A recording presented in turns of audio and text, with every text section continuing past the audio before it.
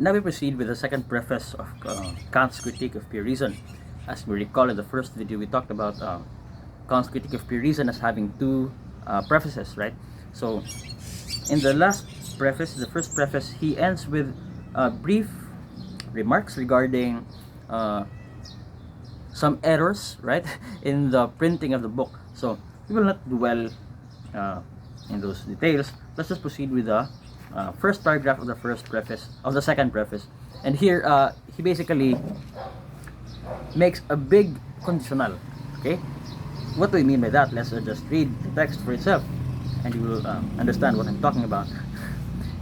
He says, quote, "Whether or not the treatment of the cognitions belonging to the concern of reason travels the secure course of a science is something which can soon be judged by its success." So basically Kant here is talking about metaphysics again, right? So pure reason, concepts knowable or acquired, through pure reason. So Kant is basically questioning whether the study of metaphysics, which deals with cognitive concepts related to reason, okay, can be considered a reliable and systematic science. So that's the basic question. Is metaphysics a discipline that qualifies as a science? Okay, so he suggests one criterion by which metaphysics can be judged as to whether it qualifies as a science. So later on he will clarify what that criterion is. Basically, if it is successful, then it is scientific. Okay, Kant suggests that the success of metaphysics can serve as a quick indicator of whether it qualifies as a science. So then in the next paragraph, in the next sentence, Kant says, if after many preliminaries and preparations are made, a science gets stuck as soon as it approaches its end, or if in order to reach this end it must often go back and set out on a new path, or likewise, if it proves impossible for the different co-workers to achieve unanimity as to the way in which they should pursue their common aim, then we may be sure that such a study is merely groping about. Okay?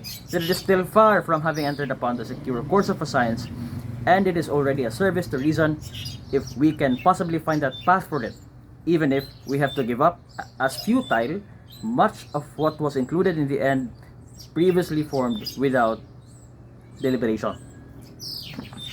So let's repeat with the first line here. He says, if after many preliminaries and preparations are made, a science gets stuck, okay? Gets stuck, so meaning there's no more progress made. Gets stuck as soon as it approaches its end, quote, end quote. So basically, Kant highlights a criterion for determining whether a science is progressing effectively. So if, despite extensive groundwork, okay? So the groundwork here is basically what Kant is trying to do in the Critique of Pure Reason. He's laying the groundwork. He's trying to engage with what has already been written regarding metaphysics. So he argues with the differentists, the indifferentists. He argues with the dogmatists, the skeptics, and so on. So that's basically Kant laying the groundwork.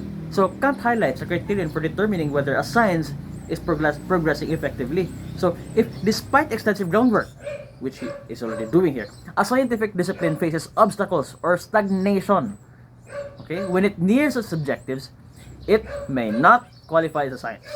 So that's the big conditional here. Kant is not yet saying that metaphysics has not achieved that aim, right, of reaching its objectives or reaching its end. Kant here is not yet saying that metaphysics has entered the phase of stagnation. But that's a big conditional. If it reaches that stage, then of course, according to Kant, metaphysics is not a true science. Okay?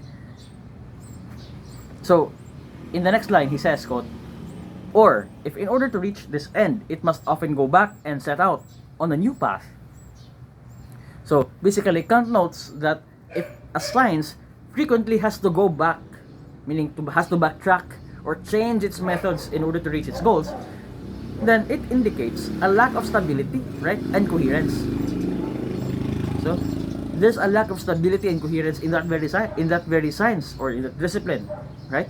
Suggesting that it is not yet a fully developed science. Is Kant correct here? Well, what do you think? Let's proceed with the next line. He says, quote, or likewise, if it proves impossible for the different co-workers to achieve unanimity as to the way in which they should pursue their common aim. So this is basically similar to the line Kant is taking in the critique of practical reason, right? In his work on morals. So basically, unanimity is among his criteria for evaluating or for judging whether whether a discipline qualifies as a science. If somebody who independently tries to evaluate metaphysics and reaches a different conclusion from another person who also does the same, then of course, for Kant, that discipline is not yet scientific. So Kant argues that if there is a lack of consensus, right, among researchers regarding the approximate approach to achieving the common goal of the science, then it raises doubt, right, about its scientific status. This is according to Kant. Then he says, quote, then we may be sure that such a study is merely groping about, that it is still far from having entered upon the secure course of a science. So Kant asserts that if a discipline exhibits the aforementioned shortcomings, then it can be considered as aimless and not yet established as a genuine science. Quote, and it is already a service to reason if we can possibly find that path for it, even if we have to give up as futile much of what was included in the end previously formed without deliberation. So Kant suggests that it is valuable to assist reason, right, in finding a proper path to develop metaphysics as science. So that's what Kant is trying to achieve here. Okay, he's trying to assist reason in finding a proper path to develop metaphysics as a science, even if it requires discarding much of the content previously included without careful consideration. Including this content includes much of what has already been claimed in the past to be certain metaphysically for Kant, such as the existence of the immortality of the soul and so on. So again, I'm not saying that Kant is somebody who is an atheist, that he does not believe in an afterlife, that he does not believe in an immortal soul. He does. But he does so not on the basis of metaphysics. He does so on the basis of practical reason. Okay? But let's talk about that at some other point when we discuss his other works. So this implies that the pursuit of true knowledge in metaphysics is a progressive and evolving endeavor, right? Necessitating critical examination and adjustment of prior assumptions. Because even Kant himself, after having written the Critique of Pure Reason, where he claims to have paved the way, okay, a path for metaphysics to become a science, there's still a lot of disagreement after him, right, about how correct his moves were, right? There's still no unanimity, right? So is unanimity really a necessary criterion for any discipline to be considered a science? I think not.